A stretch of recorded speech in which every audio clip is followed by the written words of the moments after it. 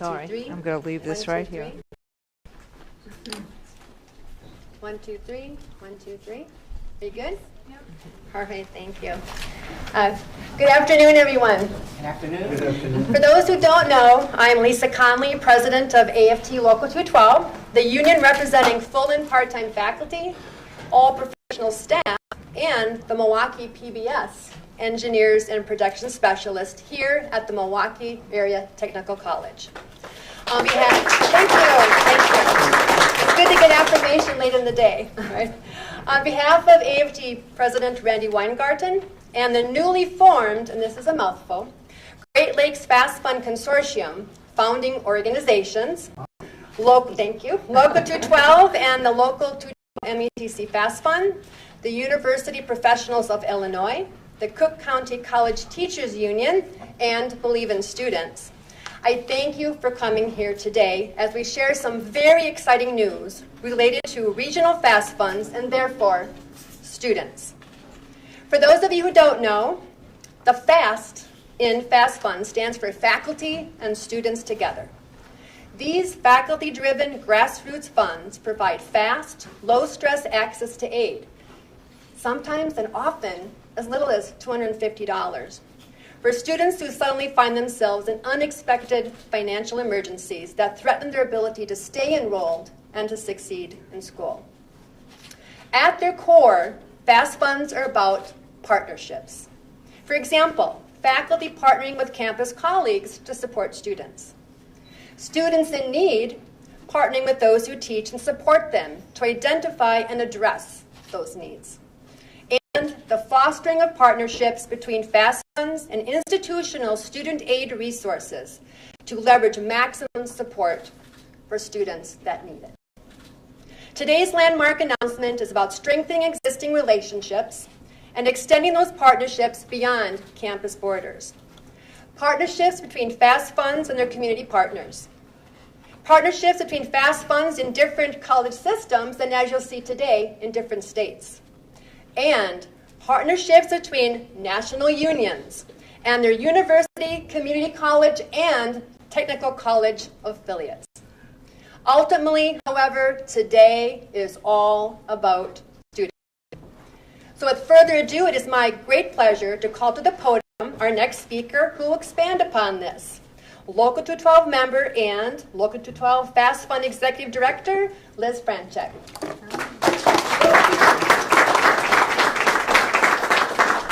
A couple people that I would like to join me up here, Steve and Tracy and Carol and CJ, if you want to come be my solid people I could lean on. Thanks. I'll introduce everybody in a moment. I do have quite a few people I'd like to thank for being here as well. But good afternoon and welcome to Randi Weingarten, students, AFT staff, and current and retired MATC faculty and staff. A special thank you to Christine Newman-Ortiz of Voces de la Frontera, to Pastor Lewis with Souls to the Poles. Hope I don't miss anybody here. Pastor Lanier with African American Leadership Alliance in Milwaukee. Felipe Beltran, the head of the Latinx Unidos here at MATC. And Letitia Love, the president of the Black Student Union.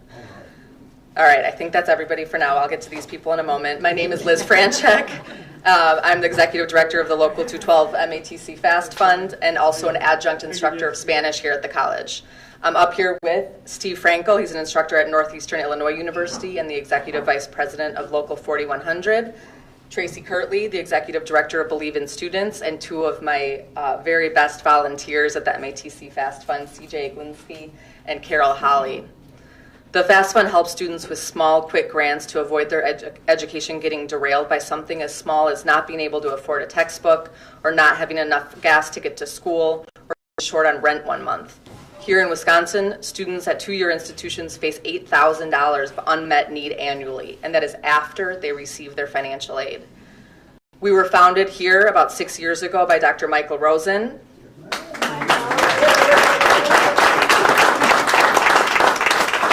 Along with Dr. Sarah Goldrick-Robb, and since then the FAST Fund has grown to over 30 campuses throughout the country. Wow.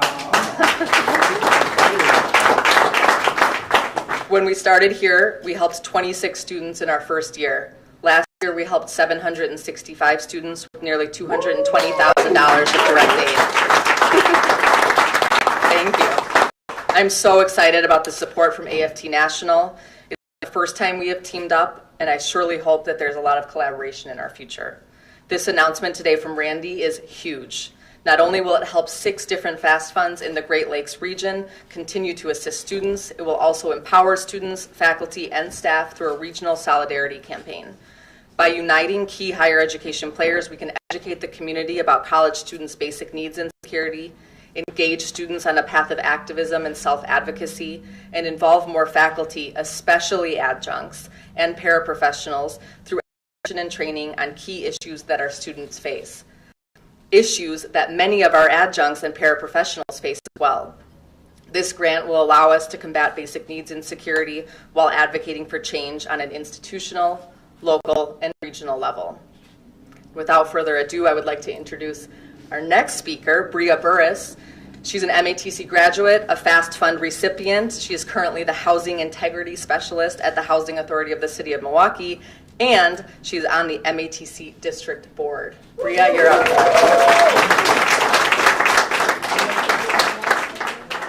Hello. Are there any FAST Fund students here? Yeah. Join Bria at the podium. Hi. Good afternoon, everyone. As Liz said, I'm a FAST Fund student, and I'm also an MATC student. I know firsthand the realities that many MATC students face while attending college. My own journey was riddled with hardships, paying for courses out of pocket, working minimally to attend classes with little support. I was on the brink of giving up when I was introduced to the FAST Fund. The support the FAST Fund offered propelled me to complete my degree. Today I am gainfully employed, just purchased my first home.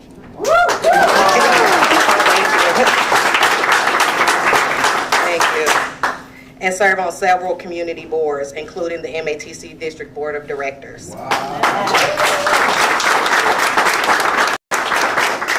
My success would not have been possible without the FAST Fund. These programs are necessary when other supportive services fall short. I will continue to support the FAST Fund and other organizations alike until there is legislation that meets the needs with the costs associated with college. Thank you.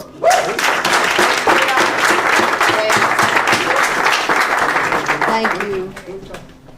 Okay.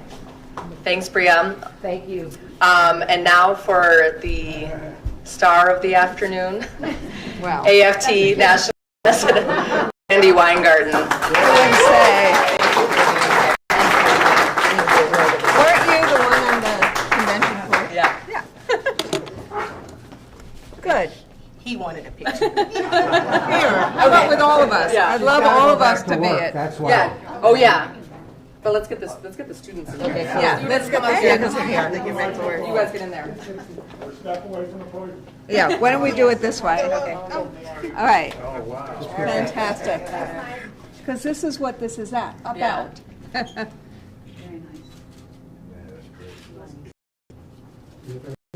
Thank you. Thank you.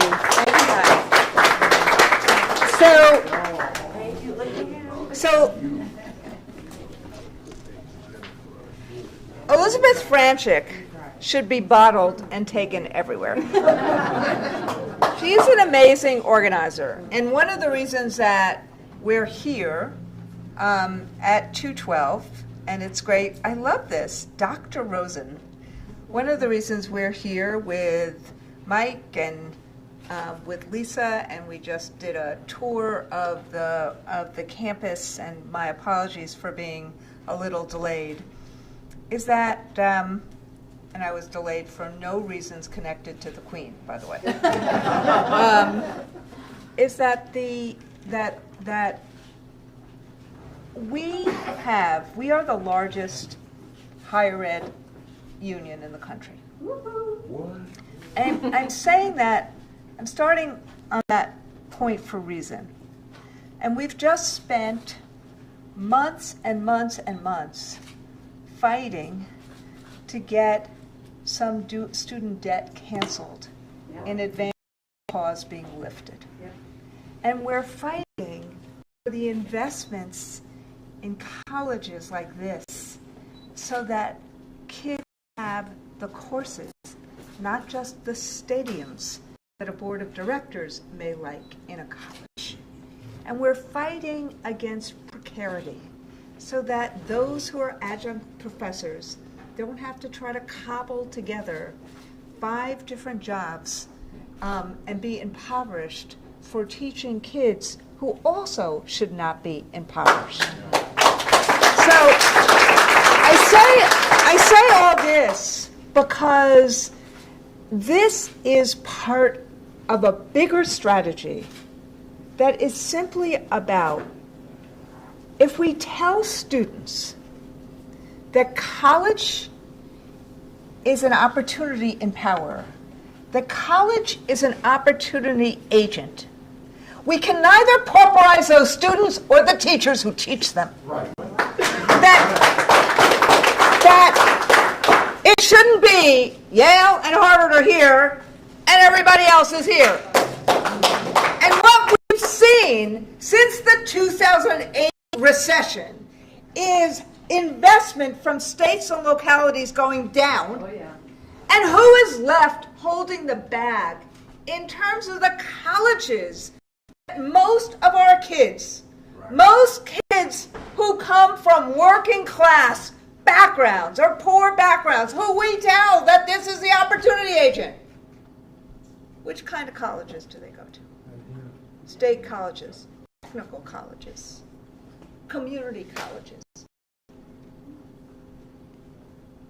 And when they get there, and Liz just said this, that $8,000 number, I was like writing as fast as I could. What happens? In the city I grew up in, or the city I taught in, if a kid who was poor was in high school, they got transportation, they got their Metro cards, they got their books paid for, they got breakfast, lunch, and maybe dinner. What happens when that same kid goes to college at CUNY? None of that is part of financial aid. What happens? What happens in terms of transportation? What happens in terms of food? So New York City has started doing something called an ASAP program to deal with these issues. What do we hear instead? Oh, kids go to college, but there's a real retention issue about kids dropping out. Okay, what about food insecurity? What about all the things that kids have to do? What about the fact that young adults have to work and they have to pay for their books and they have to pay for all of this stuff? And we tell them go to college and we tell them take out student loans and on and on.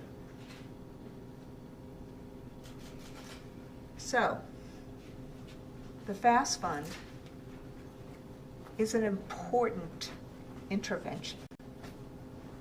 If we really believe that we need to give kids who are going, or young adults. Thank you. Excuse me. It's because I'm old now. So everybody is a kid to me now. We need to give young adults a chance, a fighting chance. We need to level the playing field. So that's what 212 started doing when it created the FAST Fund. So in my city, we created ASAP. In your city, you created FAST. As a way, as a plug, as a lifeline. And Liz came onto the floor of our convention this year. We had given, as she knows, as she said, to the FAST Fund last year in various different places. And in fact, 212, this local, has already helped, as Liz and Lisa said, almost 800 students with about $220,000 worth of help. But this is what we're trying to do now. And this is what Liz asked for on the floor of the convention, with a resolution that we passed at our convention. We need to not make this a Band-Aid in one place in the United States of America. we need to figure out how we make this social compact real. That if we tell young adults to go to college, and we say, this is your opportunity agent, this is the way to have opportunity, then we give them a chance to actually do this in a level playing field. This should not just be, college should not just be the province of the rich. We need to give a level playing field for everybody else, regardless of who they are, where they come from, where they live. And so, what we're doing here in two different ways this year. First, we're doing in a separate pot some direct grants with Believe in students. They've been going through a process to really grow this in other areas in the country, including Portland State, Hostos of CUNY, Rutgers, other places, because we've now joined with AAUP, other places that are AAUP locals. But what we're trying to do here, and you heard 3 locals being talked about now, but we're trying ultimately to get 9 locals in the Great Lakes region. And we're trying to create not just direct service grants to the young adults who absolutely need them, but a campaign, a model, a way to long-term help every young adult go to college and stay in college and not have to drop out because of food insecurity or because of rent or because of other things that those in the middle class or those who are rich have. That's what we're trying to do here. And as part of that seed money, we have put together $150,000. Some of it will go for grants, but some of it will go for this organizing to create a model so that we can actually help our students be in college and stay in college. Thank you. That's what you get when you go to the floor of the convention. Thank you very much. Are there any questions for any of the speakers? Anyone in the house? Could you talk more about the organizing component? Sure. Well, part of what we're trying to do here is that this grant, which is part of our new kind of intentional grants to locals to work with parents and other community agents to meet what kids need. So what we're trying to do is we're going to engage, there's going to be some of it for direct aid, but then we're going to engage students and faculty in this work so that we have a network of student ambassadors. We're also going to try and figure out in different places in the country what other pots of money, what other ways can we help support students. Remember, I just talked about the ASAP program. That is a program that the government pays for that actually does some of this work in other places in the country. Maybe we need that kind of pot of money as a support system here. That is in addition to Pell, it's in addition to student aid. So organizing to try to get those kinds of pots of money, as opposed to what's happening here in general is that teachers, here we're doing it with dues money, are digging into their own pockets to help their students. So what other ways can we do that? What's the organizing around that? What's the training and the support and the advocacy for students and faculty? Because the goal is to not have this as a Band-Aid, but to have this as long-term support as part and parcel of what young adults and not so young adults need in order to be in college and stay in college. Think about it this way. Most of us needed to work as we go through school. But with the costs of transportation going up, of rent going up, of food going up, how many hours can you actually work at the same exact time as you're going to school? That's part of what we are subsidizing and trying to do. But again, what 212 has done is by dint of this amazing organization of faculty and students together, also known as FAST, they have done that themselves and put a program together themselves. So instead of simply saying to them, okay, bottle it and give it to everybody else, we're doing what unions do best: organize, bring several locals together. What does it look like in Chicago? What does it look like, for example, in University Professionals of Illinois? What does it look like in Chicago State University? How do people work together in terms of doing this? And how do we then expand this to 9 locals as part of this consortium? And then if we can do that in the Great Lakes, how do we do it in other regions? So that's why it's some direct aid, but it's also this organizing component to make this kind of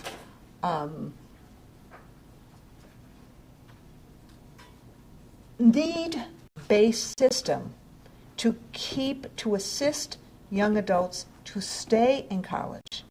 How do we create campaigns, organizations, and models around that for the rest of the country? So it's a seed grant to do that. They took the first step of starting that here. We're taking the next step of trying to make this a model across the country of not just direct aid, but the organizing to support students and young adults to stay in college. What do you think it says about the college affordability issue that faculty at places like MATC felt that they needed to take it upon themselves to provide students with these emergency aid grants? What it tells you is that we have a crisis in college affordability. And part of that crisis is because of the disinvestment that states and localities did in the aftermath of the 2008 recession.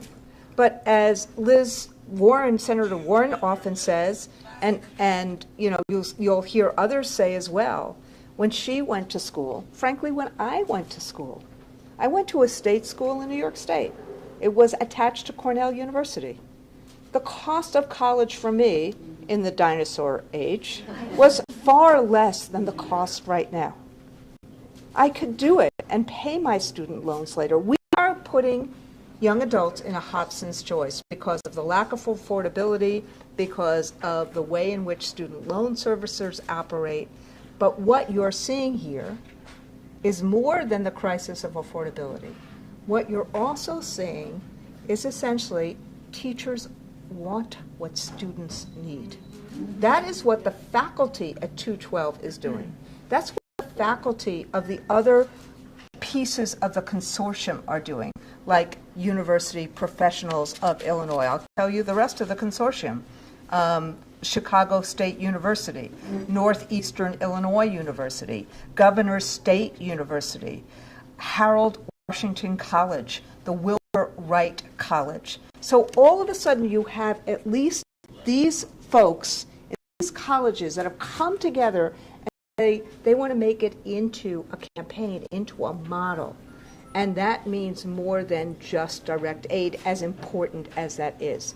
It is college professors, adjunct professors, college teachers saying to our students, we know what you need and we want to help. That's who our membership is.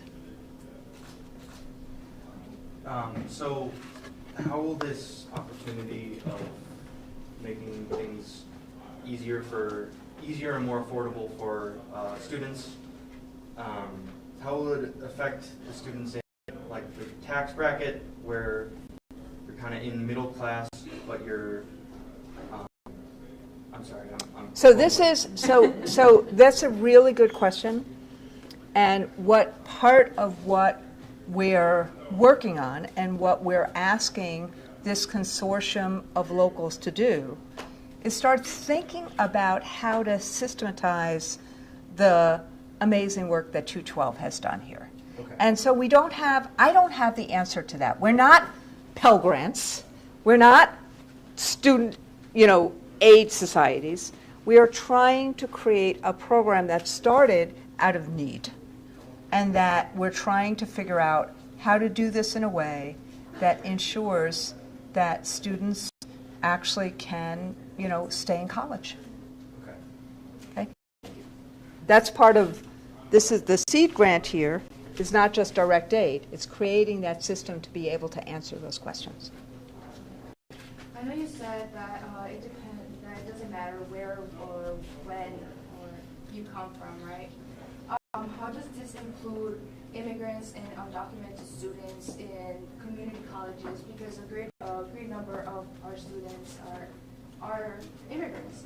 So how can this benefit both documented and undocumented immigrants? So let me be clear about this. That is not a screen that we screen for. A student is a student is a student.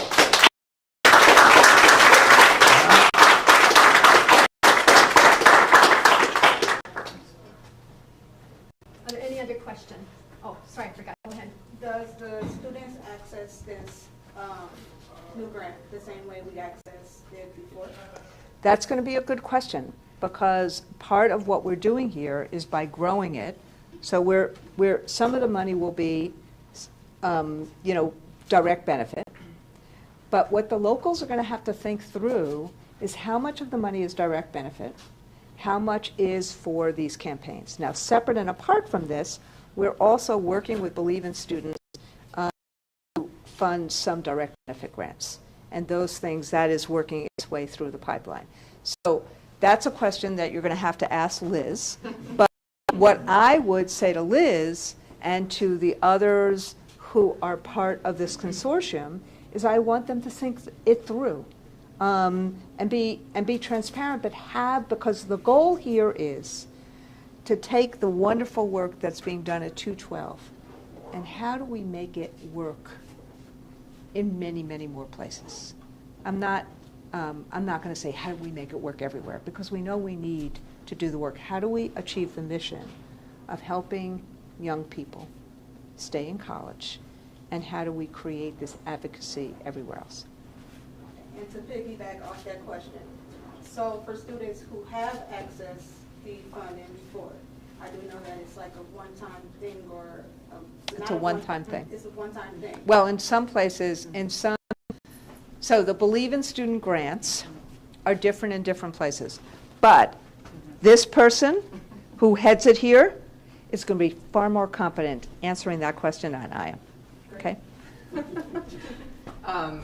Would you like me to answer that question? Sure. It's for the MATC Fast Fund, which I can go back up Yeah. here, I guess. For the MATC Fast Fund, but don't leave. I'm sure people have more questions for you. And I specify that because each Fast Fund kind of runs it where however it works best on their campus. It is not a one-time thing for us. We do try. I mean, ideally, it is a one-time emergency. It's getting you over that hump. You can move on with your life. But we also know that poverty is an ongoing emergency. And so we help students multiple times to get through those multiple road bumps that they're hitting so they can reach their goal. Yeah. We also, and the reason I call out a lot of these community partners is because we also connect students with community partners who maybe can help them more long-term in a capacity that's a little beyond ours. Yeah. Does that answer your question? Yeah, it's good to know. So for students, because I have access to FAFSA Yeah. before, if someone was to present those questions to me, I wouldn't know how to answer them. Yeah, Right. yeah, absolutely. We take it on a case-by-case basis, honestly. I mean, our volunteers know each case is a lot of work.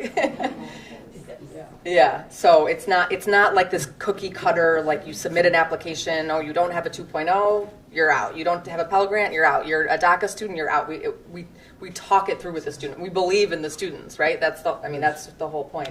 Let Yolanda say something. You want to say something? I guess. come on up here, I guess. I guess Dr. Rosenwald told you. So my name is Yolanda here, and yes, Fast Fund, Dr. Rosen and Liz has helped me several times, more than just one. I am a divorcee and kind of pretty much just rebuilding my life all over again. I used to be in business, walked away from the company with my husband through the divorce, and found myself in a position where I need to go back to school, find some really quick. But nursing school, it's hard to, like many of us know, it's hard to work a full-time job and go to school and still raise kids. When I divorced my husband, I still had all those bills, mortgage, car notes, insurance. All that didn't disappear, so I still had that. So I'm like, oh, God. But anyways, because of that, I was able to stay in my house and not lose my house. I was able to pay my water bill through Fast Funds so that it wouldn't go on my property taxes and raise my mortgage. So it has helped me tremendously. I just don't know what I would have done without it. So. Thank you. So you can see the goal is to try to create the same level of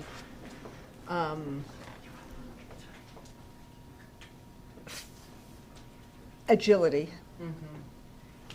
and fairness and meeting the need. But how do we create a system? Because what you see here, frankly, you see everywhere.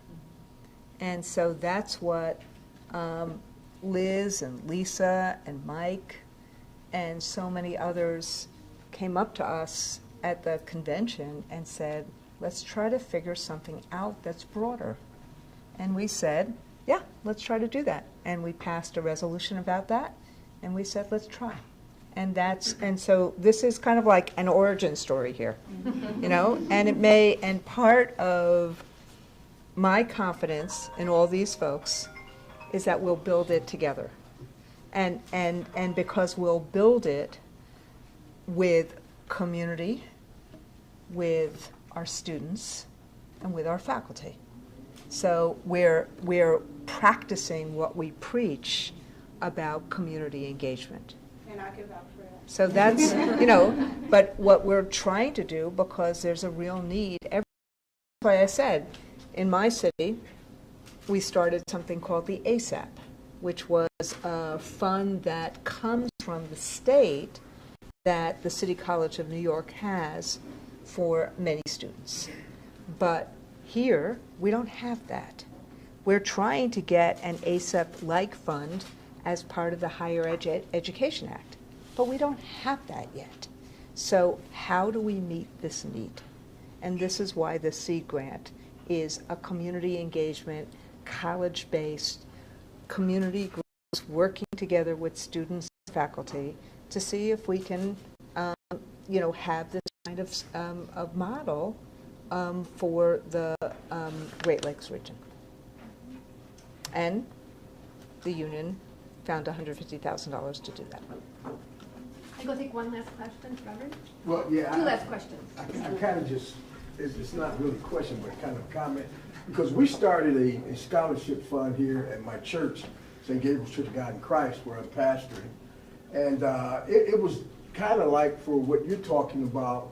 And it's the Grimes Scholarship Fund. If you go to the foundation, people don't know about it, and it's not being used much. So if people do run out of opportunities with the fund, you know, there's other funds. Okay. There. One of them is ours. No, really. Just know. Yeah. Really, so, no, that's great. So this is great. And I'd like to have a conversation with let's get a coffee. Yeah, and we could talk about how we could grow together, because you know, we're trying to get folks to continue to donate to that fund, you know, churches and community spaces, so that we can continue to help folks who are having trouble with shoes, tools, transportation, housing, all those kind of things. It's a small grant, and it's like no more than $500, but it's for folks, it's not a traditional grant. It's for folks who need extra help.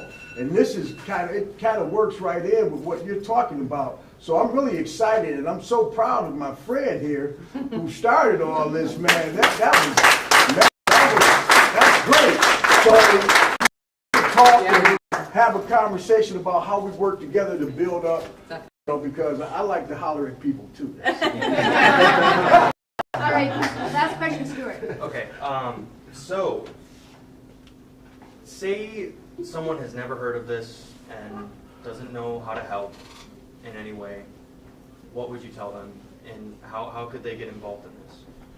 So, number one, since you're going to write such an amazing article about it, that's going to educate people on what it is. One of the things that we're going to do is, one of the outcomes here is how to get involved. Because we want the more people organize, the more people are engaged, the more we engage not just students who need this help, not just young adults who need this help, not just faculty who want to help. The more we engage the broader community, like you just heard the pastor say, the more we are going to help with our goal of anybody who wants to go to college, can go to college and can stay in college, and that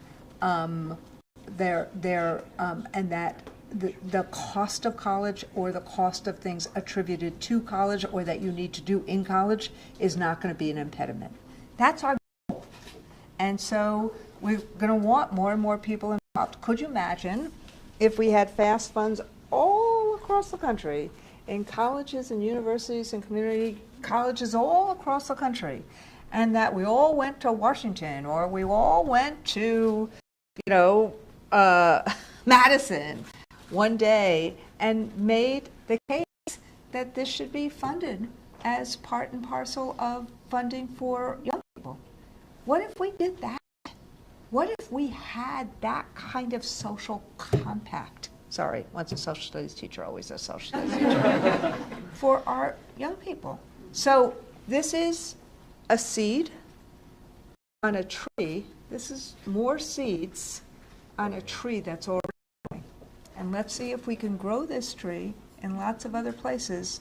But the intent is to help our young people and our career changers and people who, are not born with silver spoons in their mouths, be able to have access to post-secondary education and to the careers of their choice. Okay. Thank you.